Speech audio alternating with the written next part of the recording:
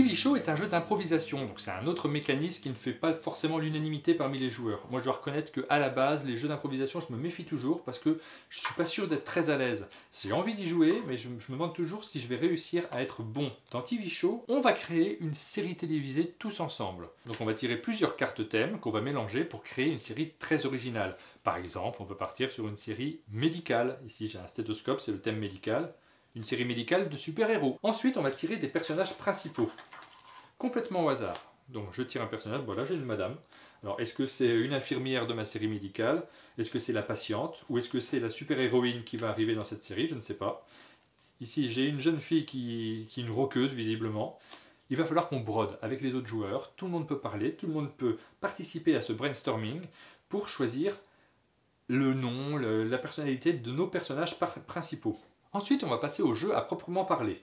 Dans la boîte, on a des cartes lieux, des cartes événements et des cartes personnages. Une partie de TV Show se joue en 5 épisodes et un épisode, c'est une carte de chaque tas.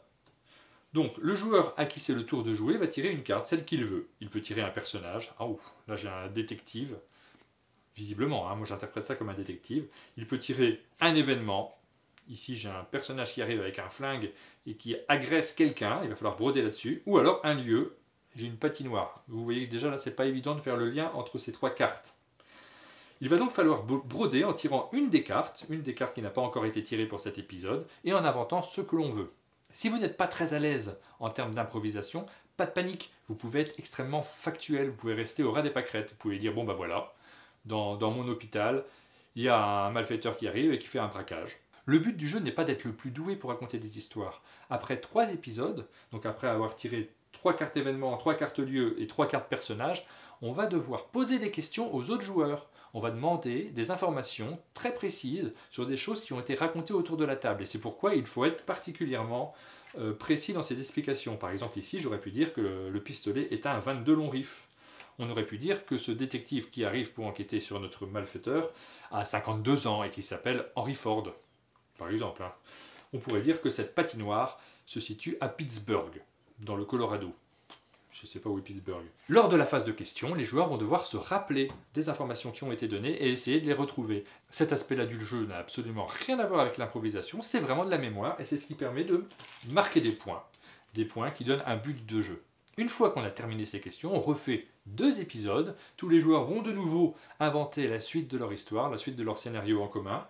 Il va y avoir de nouveau des questions à la fin du jeu, et celui qui aura le plus de points de victoire à la fin de la partie aura gagné la partie.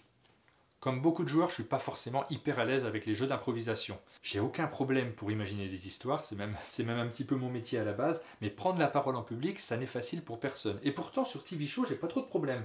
Peut-être parce qu'il s'agit de séries télévisées, peut-être aussi parce que plus j'y joue et plus je suis à l'aise, je le prends un peu comme un exercice, mais du coup j'ai vraiment beaucoup de plaisir à faire une partie de TV Show avec des nouveaux joueurs notamment. Pour l'anecdote, je me suis aussi servi des cartes événements, des cartes personnages et des cartes lieux pour broder une histoire avec mes enfants. En guise d'histoire du soir, on a pris ces cartes-là, on a fait plusieurs épisodes de notre propre série télévisée, on a complètement laissé tomber le système de scoring, et on s'est juste amusé à raconter n'importe quoi. Ils adorent ce type de démarche, moi j'aime bien aussi parce que là il n'y a pas du tout de stress, hein, on est en famille, et je pense qu'on va le faire assez souvent parce que ça marche très très bien.